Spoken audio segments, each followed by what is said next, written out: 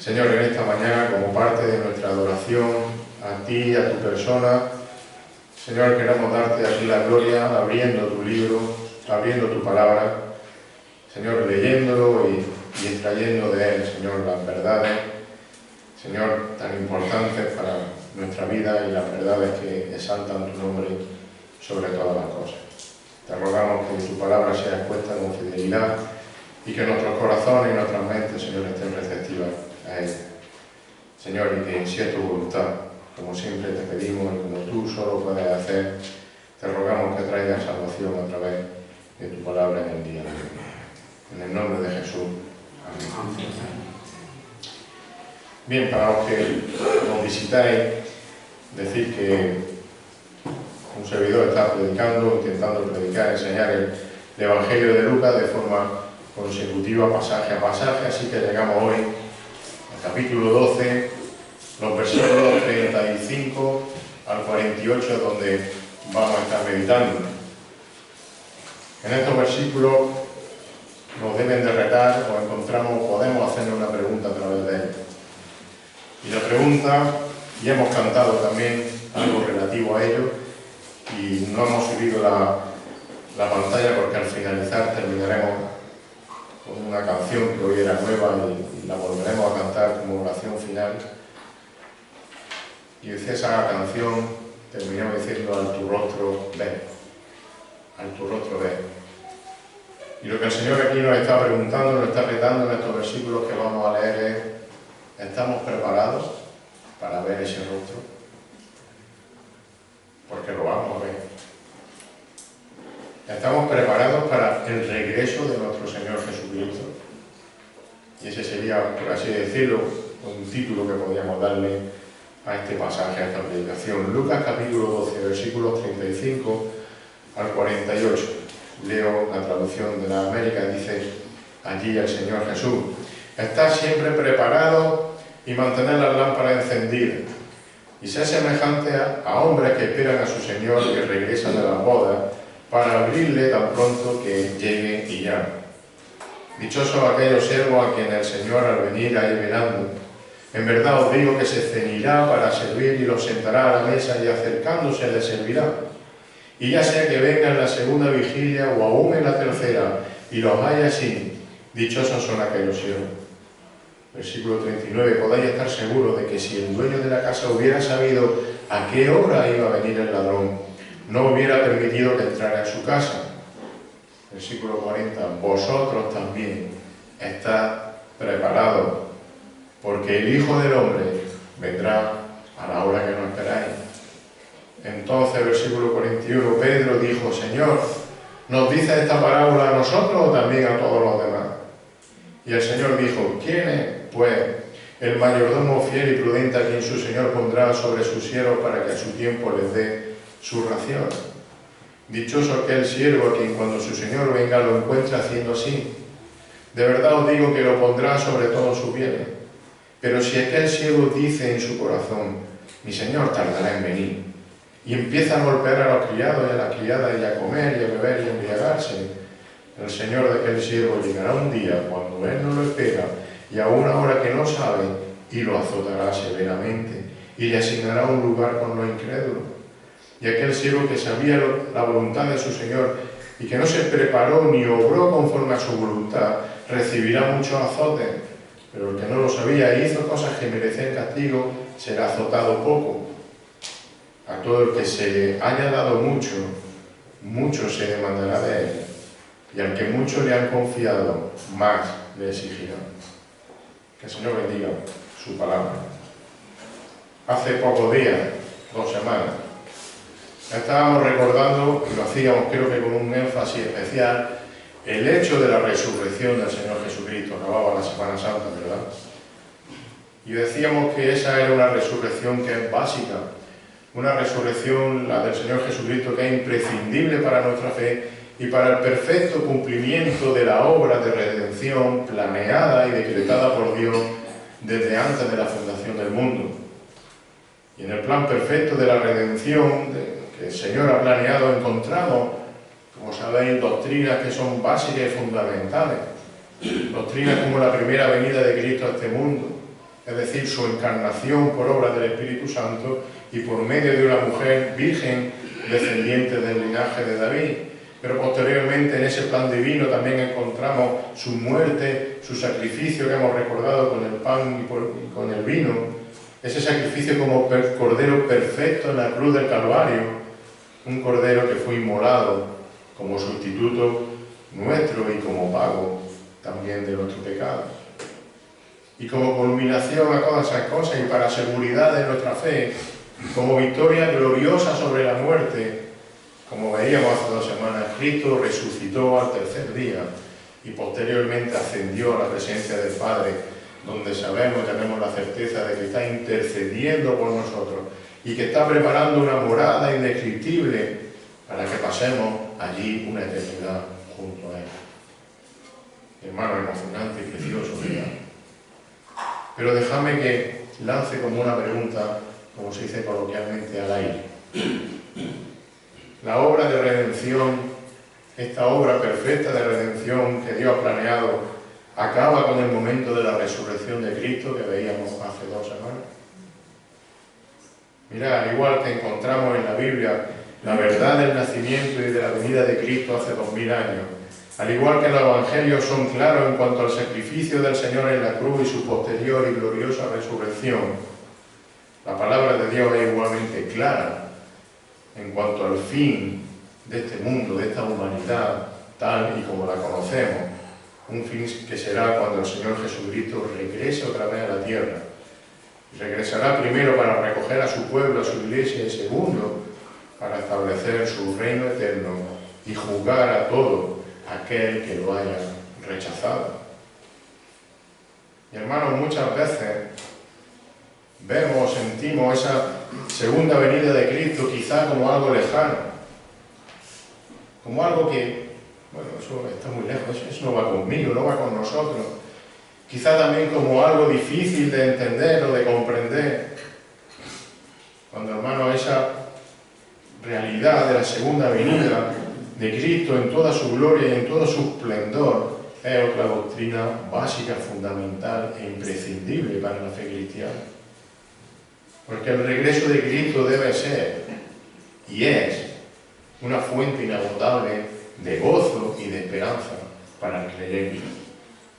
Hermanos, debemos esperar, debemos desear el regreso de Cristo, como por ejemplo una novia desea y espera con toda ilusión el día de su boda. De hecho, la iglesia es la esposa de Cristo, ¿verdad? Y como hemos dicho antes, la segunda venida de Cristo va a ser la culminación de la obra de la redención. Será el tiempo, sí, del juicio final para los perdidos, pero también será un tiempo de bendición para los hijos de Dios y sobre todo será el tiempo de la definitiva y eterna exaltación de Cristo como el glorioso de Reyes, y como el glorioso Señor de Señores. Y todo eso va a ocurrir. Todo eso va a ocurrir, y va a ocurrir porque está escrito en este libro, porque está definido en la palabra de Dios.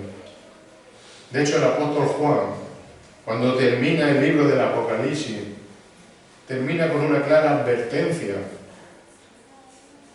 Una advertencia hacia todo aquel que cambie o que tergiverse algo, una sola palabra, sobre lo que está escrito en este libro, en la palabra de Dios, en concreto también en el libro de Apocalipsis, en relación al regreso de Cristo.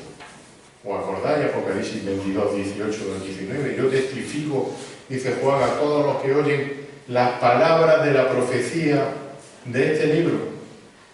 Y fijaros lo que dice: si alguno añade a ella lo que aquí está escrito, especialmente Apocalipsis, Dios traerá sobre él las plagas que están escritas en este libro.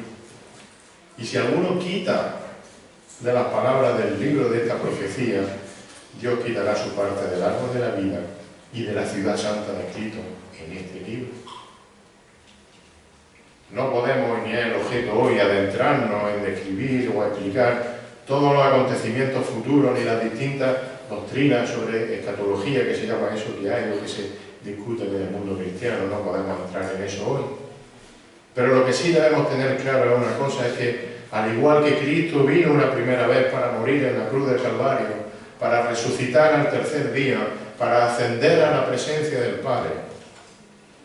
Hermanos y amigos, Cristo va a regresar otra vez. Y va a regresar de forma victoriosa. Ahora, lo que no podemos nosotros hacer al respecto, lo primero es negar esa segunda venida, evidentemente, porque está en la palabra de Dios, pero tampoco podemos ser, como se suele decir, sensacionalistas, es decir, hacer suposiciones, hacer quinielas sobre posibles fechas, sobre posibles momentos de esa venida. Y sobre todo lo que no podemos hacer, y quizás eso sea lo más grave, es vivir o es actuar de forma indiferente sabiendo que el Señor viene, que el Señor regresa. Como hemos dicho antes, parece que con los años y que con el paso del tiempo el enemigo ha conseguido inculcar en la Iglesia e inculcar en la mente de los creyentes la idea de que esa segunda venida de Cristo como que es algo secundario, como que es algo lejano, como que no va conmigo, como que quizá no tenga tanto valor para nuestra vida, que a lo mejor solo es un tema que sirve para que los teólogos discutan y se peleen entre ellos. Y sin darnos cuenta, queridos hermanos, vivimos un cristianismo centrado ¿en qué? En la vida terrenal. Vivimos un cristianismo centrado en el hombre, en el aquí, en el ahora, en el yo, en lo que Dios puede hacer por mí o por ti. Vivimos bajo el prisma de la psicología de este mundo y nos olvidamos de lo que Dios ha planeado para el futuro, para cuando Él venga. Es mucho más santo, es mucho más bendito, es mucho mejor que todo lo que esta vida terrenal y actual nos pueda dar o nos pueda ofrecer. Hemos cantado "Fija tu ojo en Cristo", y Cristo está allá arriba. Vivamos pensando en que hay allá arriba. Déjame que lea una cita del pastor John MacArthur, que él hizo en una predicación precisamente sobre este pasaje. Este hombre decía que perder de vista la realidad de que ningún beneficio terrenal puede compararse con el gozo y la bendición que Cristo traerá cuando regrese. Fijaros lo que decía este hombre, eso es desobediencia e insensatez. Desobediencia e insensatez. Hermanos, Cristo va a volver. Cristo va a volver. Y lo que está claro es que cuando Cristo vuelva, se van a poner en marcha una secuencia de acontecimientos que van a marcar el final de este mundo como lo conocemos actualmente. Y sabemos que ese inicio del acontecimiento de esa segunda venida tendrá como, digamos, pistoletazo de salida el momento que se describe en 1 Tesalonicenses 4, el arrebatamiento de la Iglesia. Este será el día en el que Cristo llamará a sus santos desde las nubes, con voz de mano, con voz de arcángel, no con una voz como la mía que no se me oye, ¿verdad? Ese día los muertos en Cristo resucitarán con cuerpos glorificados, los creyentes ascenderán también glorificados al encuentro del Señor Jesucristo en las nubes. 1 Tesalonicenses 4, 16, 17. El Señor mismo descenderá del cielo con voz de mando, con voz de arcángel y con la trompeta de Dios, y los muertos en Cristo se levantarán primero. 17. Entonces nosotros, los que estemos vivos y que permanezcamos, seremos arrebatados juntamente con ellos en las nubes al encuentro del Señor en el aire, y así estaremos con el Señor por siempre. Y si leemos el texto podemos preguntarle, ¿cuándo será ese día? No lo dice, ¿verdad? Y ya lo hemos dicho antes, no estamos llamados a hacer cábala o quiniela sobre cuándo será ese día. El inicio de la segunda venida de Cristo con el arrebatamiento es un hecho tanto previsible porque está escrito en la palabra, como también imprevisible. Como el mismo Señor Jesús dijo en el pasaje que hemos leído de Lucas, en el versículo 40, por un lado Él va a regresar, regresará, vendrá, pero por otro lado ese regreso será ¿cuándo? A la hora que no esperemos, a la hora que no pensemos. Versículo 40, vosotros también estáis preparados, porque el Hijo del Hombre vendrá y va a venir. ¿Pero cuándo? A la hora que no esperéis, a la hora que no penséis. Cuando menos te lo esperes. Por tanto, hermanos, podemos estudiar, podemos discutir sobre todos los acontecimientos futuros que ocurrirán en la segunda venida de Cristo. Pero lo que sí es cierto es que nos falta un pequeño dato. Hay una cosa que no sabemos ni podemos saber, y es el momento en el que todos esos sucesos van a iniciarse. El arrebatamiento será el inicio, pero no sabemos cuándo será. Por eso dice el Señor, el Hijo del Hombre vendrá, versículo 40, y podríamos añadir ahí un pero a la hora que no esperéis, a la hora que no penséis. Es decir, Cristo volverá, y como decimos también coloquialmente, va a volver de repente, de pronto, de improviso. Por lo tanto, la pregunta que debemos hacernos cada uno de nosotros, y con todo esto en mente, es si estamos preparados para ese momento, para cuando Él llegue de repente. ¿Cómo nos va a pillar? ¿Estamos preparados para el regreso de Cristo? ¿Estamos velando y en alerta como el mismo Señor Jesús ordenó? Mateo 24, 42, por tanto velad, porque no sabéis en qué día vuestro Señor viene. ¿Estamos preparados para, como hemos cantado, ver su rostro? Porque lo veremos. Y eso es lo que precisamente el Señor Jesús está enseñando y ordenando en el pasaje que hemos leído en esta mañana en Lucas 12. Ante su regreso en cualquier momento, en un momento inesperado, el Señor recuerda dos cosas muy sencillas. Ya lo hemos dicho, versículos 35 al 40. Él dice que debemos estar listos y preparados. Y luego los versículos 41 al 48, Él recalca la importancia de estar listos y preparados. Debemos estar listos y preparados. Otra vez versículo 35 al 40. Dice allí la palabra, estar siempre preparado, dice el mismo Señor Jesús, estar siempre preparado y mantener las lámparas encendidas, ser semejante a hombres que esperan a su Señor, que regresa de las bodas para abrirle tan pronto como llegue y llame. Y dichosos aquellos siervos a quienes el Señor al venir halle velando. En verdad os digo que se ceñirá para servir y los sentará a la mesa y acercándose les servirá. Y ya sea que venga en la segunda vigilia o aún en la tercera y lo vaya así, dichosos son aquellos siervos. Podéis estar seguros, versículo 39, de que si el dueño de la casa hubiera sabido a qué hora iba a venir el ladrón, no hubiera permitido que entrara en su casa. Versículo 40, vosotros también estad preparados, porque el Hijo del Hombre vendrá a la hora que no esperéis.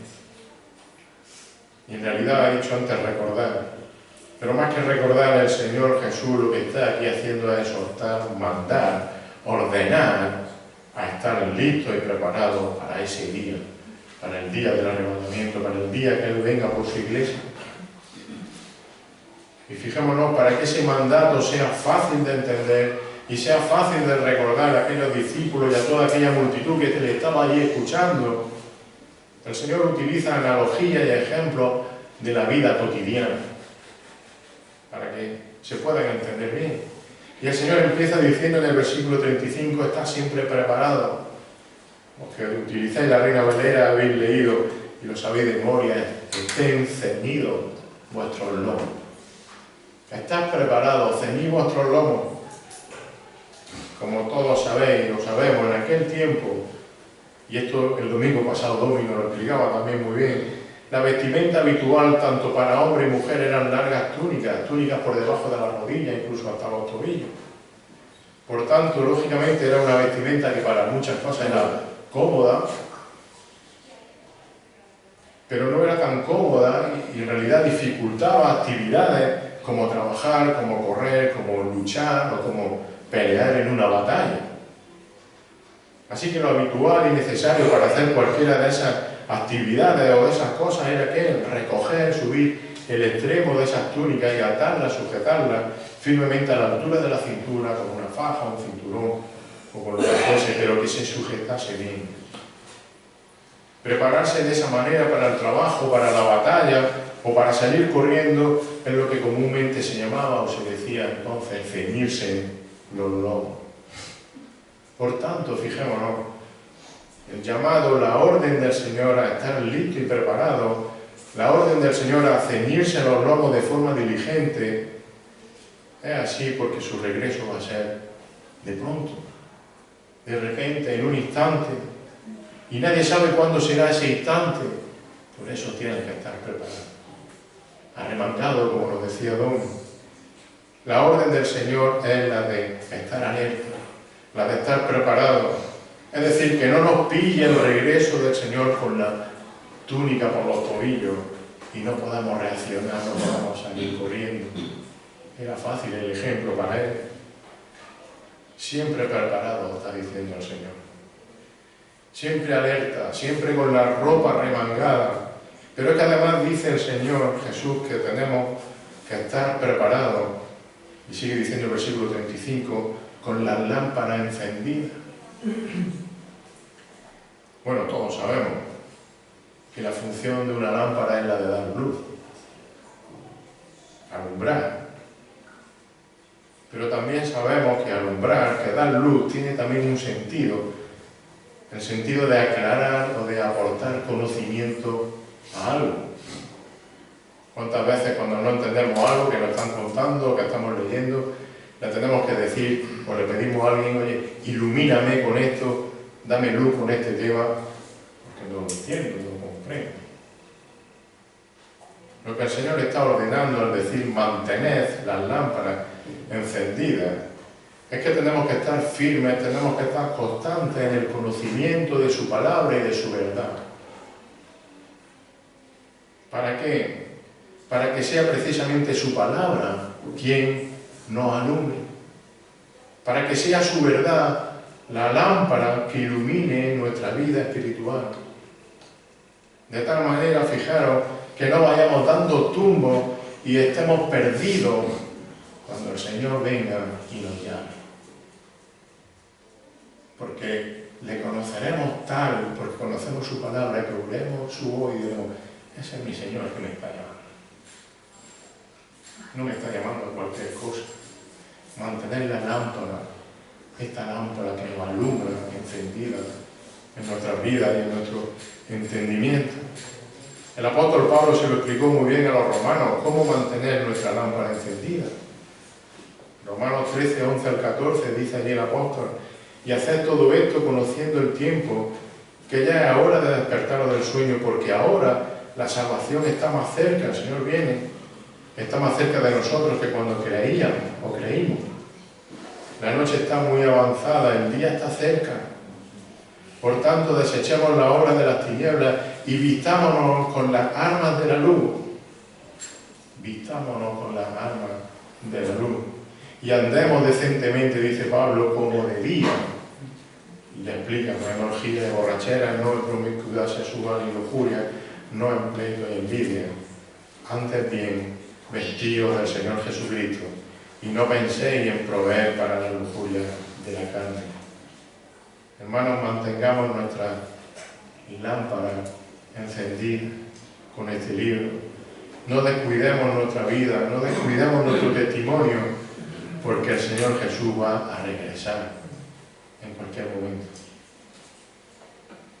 Ahora el Señor sigue llamando, sigue ordenando a estar preparados para su regreso, y ahora sigue utilizando ejemplos de la vida diaria, como decía antes, y utiliza el ejemplo de unos siervos que están preparados para ese regreso, o para el regreso, en este caso, de su Señor, que ha ido a una boda o a una boda. Versículos 36 al 38, dice, sed semejante, otra vez mandato, sed semejante, como digo, otra vez orden, sed semejante a hombres que esperan a su Señor que regresa de las bodas, para abrirle tan pronto como llegue y llame. Y dichosos aquellos siervos a quienes el Señor al venir liberando, en verdad os digo que se ceñirá para servir y los sentará a la mesa y acercándose les servirá, y ya sea que venga en la segunda vigilia o aún en la tercera y lo haya así, dichosos son aquellos siervos. Claro, tenemos que ponernos un poco en el contexto de aquel tiempo de Israel. Y hay que recordar que la duración de la boda en aquel tiempo en Israel no es como nosotros hacemos ahora, no no se celebran exactamente igual. Una boda de aquel tiempo, así de forma muy rápida, no empezaba ni terminaba en un momento determinado. No había una invitación como la que hacemos ahora, que decía una fecha y una hora para esa boda, el sábado a las 6 en tal sitio. Cuando allí se acordaba una boda, lo que hacían era empezar a preparar todo lo necesario. Todo el mundo sabía que venía la boda, empezaban a preparar todo lo necesario, especialmente lo relativo al banquete. Y cuando estaba todo listo, la comida, la bebida, el sitio, todos aquellos que estaban preavisados, se les llamaba a esos invitados para la celebración. Venga, ya podéis venir. Y entonces la celebración de la boda duraba ¿cuánto? Duraba hasta que se acababa todo lo que habían preparado. Seguro que si fuese aquí en una Ágape estaríamos de boda un mes, gloria a Dios por ello. ¿Lo entendéis? Entonces no tenían muy claro cuándo empezaban, pero menos claro tenían cuándo terminaban. Por tanto, fijaros, el ejemplo que utiliza el Señor era sencillo de entender para ellos. Es lógico que aquellos siervos no sepan el momento exacto en el que su Señor va a volver a casa después de esas bodas, cuando se acaben, a saber. Por lo cual, fijaros, como buenos siervos obedientes, ¿qué tenían que hacer? Tenían que estar alerta, tenían que estar preparados ante la llegada en cualquier momento del Señor de la casa. Versículo 36. Sed semejantes a hombres que esperan a su Señor, que regresa de las bodas, no sabemos cuándo, para abrirle tan pronto como llegue y llame. ¿Estás preparado, hermano? Porque el Señor va a venir en cualquier momento, desde las nubes nos va a llamar. Y saldremos corriendo para arriba. El Señor nos está diciendo que cuando Él regresa por su iglesia, hermanos, que no nos pille desprevenidos, que no nos pille haciendo lo que no procede. Si llega el día en el que el Señor venga y nos llame desde las nubes, lo siento mucho, pero ese momento no podrás decirle, como a mí me dicen algunas en mi casa, espérate un momento que termine el capítulo de no sé qué. Espérate que tengo que... No podrás esperar un rato. Debemos estar preparados, dispuestos, listos, y es un mandato del Señor, sed semejantes. Estad preparados, ceñid vuestros lomos, es imperativo. Pero es que fijaros, además de ser un mandato, el Señor también nos dice que esa obediencia a ese mandato va a ser recompensada por Él mismo. Versículo 37, dichosos aquellos siervos a quienes el Señor al venir haya velando, y en verdad os digo que se ceñirá para servir y los sentará a la mesa y acercándose les servirá. Hermano, el Señor Jesús, el Dios creador de todas las cosas, aquel que sostiene el universo en sus manos, fijaros lo que dice, que Él mismo se ceñirá, se arremangará para servir a sus propios siervos, aquellos que le han servido de forma fiel y leal, aquellos que han estado preparados. Y no importa cuando venga el Señor, si en la segunda o la tercera vigilia, como dice el pasaje, si a las 2 de la mañana, si a las 4 de la mañana, si es hoy, si es dentro de 50 años, no lo sabemos. Pero lo que sí sabemos es que debemos estar listos y preparados para ese momento. Y es un mandato.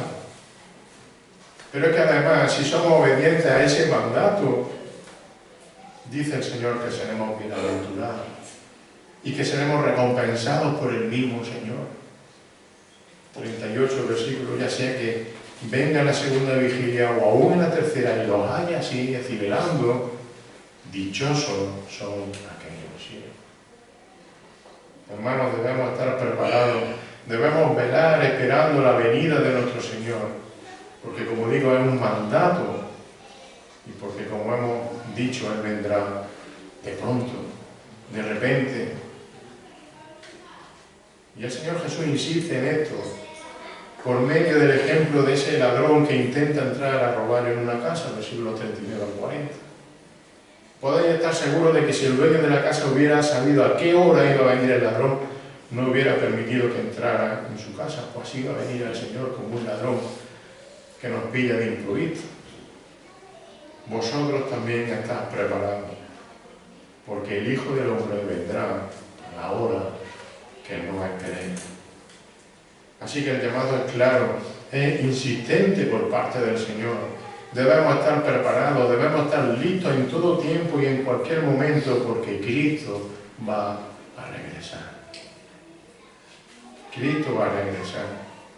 Y hermanos, debemos vivir con la continua expectativa de ese regreso de Cristo por su iglesia. ¿Qué esperanza la da? Esa es nuestra expectativa. Cristo va a venir a por nosotros. Ya sea que estemos muertos y saldrá de la tumba, o ya sea que estemos aquí y subiremos con Él. ¿Qué más queremos, como dirían? ¿Qué más quiere? Cristo nos llama de forma individual para salvación. Y muchos respondimos a ese llamado en su momento con arrepentimiento y con fe. Y en ese momento comenzamos, por así decirlo, a estar listos y preparados para el regreso del Señor, el día de la salvación. Pero estar preparado para la venida del Señor también implica nuestra santificación, implica nuestra obediencia, como hemos dicho antes, implica nuestro servicio fiel a nuestro Señor. Porque cuántas veces lo decimos, Jesucristo es quien, nuestro Salvador, pero también es quien, nuestro Señor. Y no podemos separar una cosa de la otra. Así que vivimos esperando, vivimos preparados para esa venida de Cristo. Vivimos preparados para ver su rostro, para sentir también su abrazo, como hemos cantado.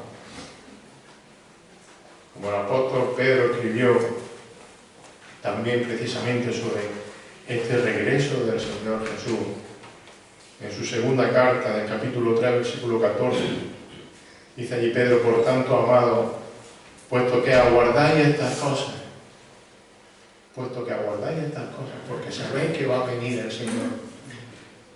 Fijaros lo que nos dice allí el apóstol inspirado por el mismo Dios: procurad con diligencia ser hallados por Él en paz, sin mancha, irreprensible. Sin mancha, irreprensible. Estar preparados. Estar preparados para la venida de Cristo es un mandato del Señor para su Hijo. Y es un mandato importante.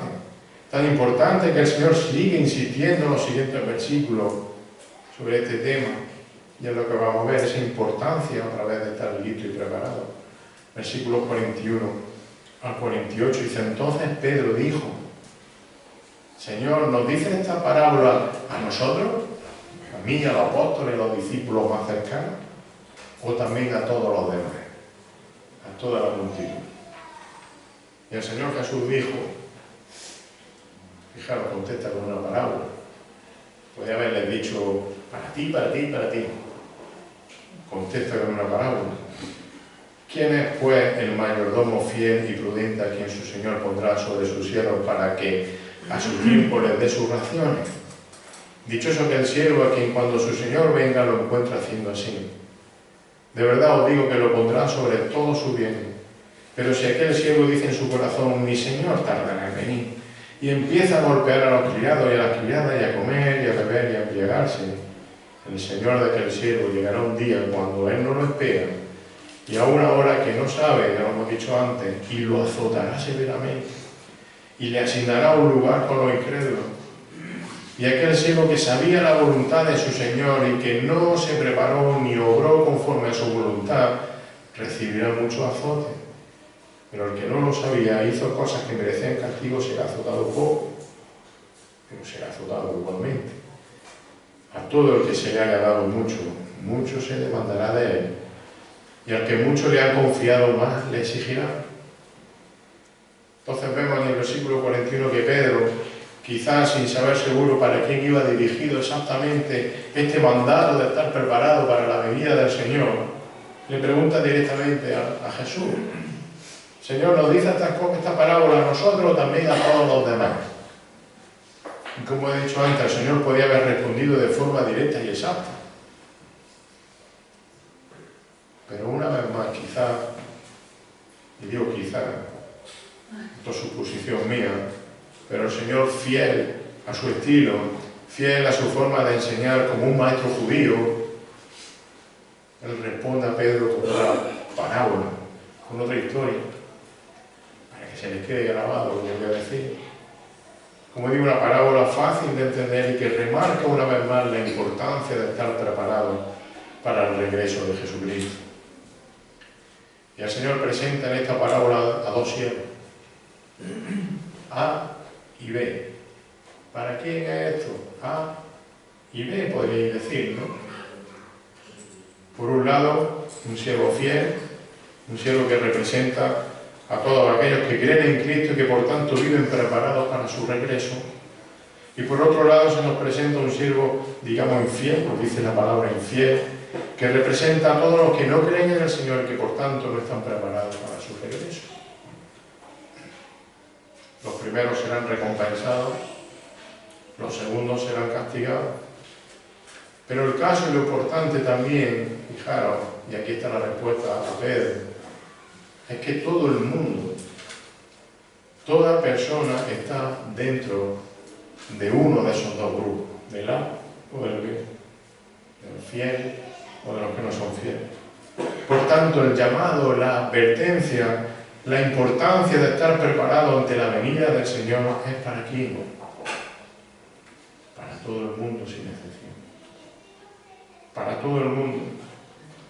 Por un lado, el creyente, el verdadero creyente debe vivir, como hemos dicho antes, entendiendo la urgencia y la importancia del regreso de su Señor. Esa es tu expectativa. Un creyente fiel, al igual que el siervo fiel de la parábola, actúa de forma responsable, obediente respecto a las tareas encomendadas y respecto a la voluntad de su Señor. A ese siervo, a ese creyente fiel, el Señor, como hemos visto también antes, promete reconocerlo con honor. Versículos 42 al 44, en la misma idea de antes, el Señor dijo: ¿Quién fue el mayordomo fiel y prudente a quien su Señor pondrá sobre sus siervos para que a su tiempo les dé sus raciones? Dichoso aquel siervo a quien cuando su Señor venga lo encuentre haciendo así. De verdad os digo que lo pondrá sobre todo su bien. Pero por el contrario también están esos siervos que no son fieles o siervos infieles. Aquellos que no hacen caso al llamado del Señor de estar preparados para su venida. En vez de vivir pensando en que el Señor va a regresar, estas personas viven para sí. Viven pensando en su yo. Como muchos en este mundo y como todos nosotros antes de habernos rendido al Señor Jesucristo, estos siervos infieles viven pensando que quizá tienen mucho tiempo para disfrutar de su vida. Que quizá tienen tiempo para vivir en su pecado, que tienen tiempo de sobra para que sus deseos carnales se cumplan antes de que el Señor regrese. Pero el Señor va a venir cuando menos se lo espera. Como ese siervo infiel de esta parábola, son demasiados los que viven, digamos, calculando mal el momento del regreso de su Señor. Y por lo tanto no están preparados para ese regreso, y ese regreso les va a pillar de improviso. Y para aquellos que no hayan vivido de forma fiel y que no se hayan preparado de forma fiel para recibir a su Señor, para aquellos que no se hayan preparado para el regreso del Señor, como dice la parábola, la consecuencia va a ser que ese placer momentáneo del pecado, de vivir en el pecado, se va a convertir en castigo eterno. ¿En dónde? En el infierno. Y eso será cuando el Señor venga y juzgue su desobediencia. Versículo 45. Hasta el final. Pero si aquel siervo dice en su corazón: mi Señor tardará en venir, y empieza a golpear a los criados y a las criadas, y a comer y a beber y a embriagarse y a servir de cualquier manera, despreocupado de que el Señor viene, dice el 46 que el Señor de aquel siervo llegará un día cuando Él no lo espera y aún ahora que no sabe, y lo azotará severamente. Y le asignará un lugar con los incrédulos. Se llama infierno ese lugar. Y aquel siervo que sabía que sabía la voluntad de su Señor, y que no se preparó ni obró conforme a su voluntad, es decir, el que ha escuchado la palabra, el que sabe lo que el Señor quiere, y no se ha preparado ni obró conforme a su voluntad, no se ha doblegado ante el Señor, recibirá muchos azotes. Pero el que no lo sabía hizo cosas que merecían castigo, será azotado poco, pero será azotado, no hay excusa. Así que a todo aquel que se le haya dado mucho, mucho se le mandará de él, y al que mucho le han confiado, más le exigirán. Hermanos y amigos, a la luz del regreso de Cristo, un regreso que va a ser en cualquier momento, rechazar el Evangelio que te han predicado, rechazar el Evangelio que quizás has escuchado muchas veces, o fíjate, o simplemente mostrarte indiferente ante el Señor Jesucristo, es correr un riesgo de una tragedia que va a ser eterna. Así que pregúntate, ¿estás preparado para el regreso de Cristo? ¿Eres un siervo fiel? ¿O estás entre los siervos infieles? ¿Eres A o eres B? Pero no hay otra cosa. Y las consecuencias eternas, como hemos visto, para cada uno de nosotros son distintas en cada caso. No hay término medio. El Señor dice en la carta a los Hebreos, en el capítulo 10, el versículo 26 al 31, fijaros lo que dice ahí. Porque si continuamos pecando deliberadamente, después de haber recibido el conocimiento de la verdad, si continúas pecando después de haber escuchado el Evangelio tantas veces, fijaros, ya no queda sacrificio alguno por los pecados. Tú mismo te estás condenando. Has tenido la oportunidad y no la has querido. Y dice, sino cierta horrenda expectación de juicio y la furia de un fuego que ha de consumir a los adversarios. Cualquiera que viola la ley de Moisés muere sin misericordia por el testimonio de 2 o 3 testigos, eso es lo que había antes. Y dice ahora, ¿cuánto mayor castigo pensáis que merecerá el que ha hollado bajo sus pies al Hijo de Dios y ha tenido por inmunda la sangre del pecado por la cual fue santificado y ha ultrajado el Espíritu de gracia? ¿Cuánto más para aquel que ha escuchado y escuchado y no se ha rendido al Señor? No tiene excusa. Fijaros, versículo 30. Pues conocemos al que dijo, mía es la venganza, yo pagaré. Y otra vez, el Señor juzgará a su pueblo. Y dice el 31, horrenda cosa es caer en las manos de Dios mío. ¿Te estás preparando? ¿Te estás preparando? Horrenda cosa es caer en manos del Dios vivo. Pero fijémonos que ese Dios vivo también dice en 2 Corintios capítulo 6 versículo 2, escribe allí Pablo, pues él dice, el Dios vivo dice, en el tiempo propicio te escuché y en el día de salvación te socorrí. Y dice el Señor, he aquí, ahora, hoy es el tiempo propicio, hoy es el tiempo adecuado, no sabes cuándo voy a volver, hoy es tiempo propicio. Y dice el Señor, he aquí, ahora es el día de salvación. El Señor hoy está diciendo que debes prepararte para su regreso. Por eso te dice, nos dice a todos, como dice Marcos 1:15, el tiempo se ha cumplido, el reino de Dios se ha acercado. Y solo hay una cosa que podemos hacer nosotros, dice el Señor, arrepentido y creer en el Evangelio. ¿Estás preparado? para ver su rostro. Que el Señor bendiga su palabra. Señor, en esta mañana queremos darte a ti toda la gloria y toda la honra la que solo tú mereces. Te reconocemos como el Rey de Reyes y el Señor de Señores. Señor, aquel que creó este mundo, Señor, y aquel que volverá a recoger a su pueblo, tal y como está escrito. Señor, y te rogamos que tú sigas derramando tu gracia y tu misericordia en nuestros corazones. Gracias porque un día nos diste salvación. Señor, y te rogamos que tú sigas derramando esa gracia y esa misericordia para salvación de más personas que vengan a ti con arrepentimiento y con fe, Señor. Prepara tú nuestras vidas, Señor, para ese día en que tú vengas y nos llames, Señor, y podamos salir corriendo en respuesta a ese llamado.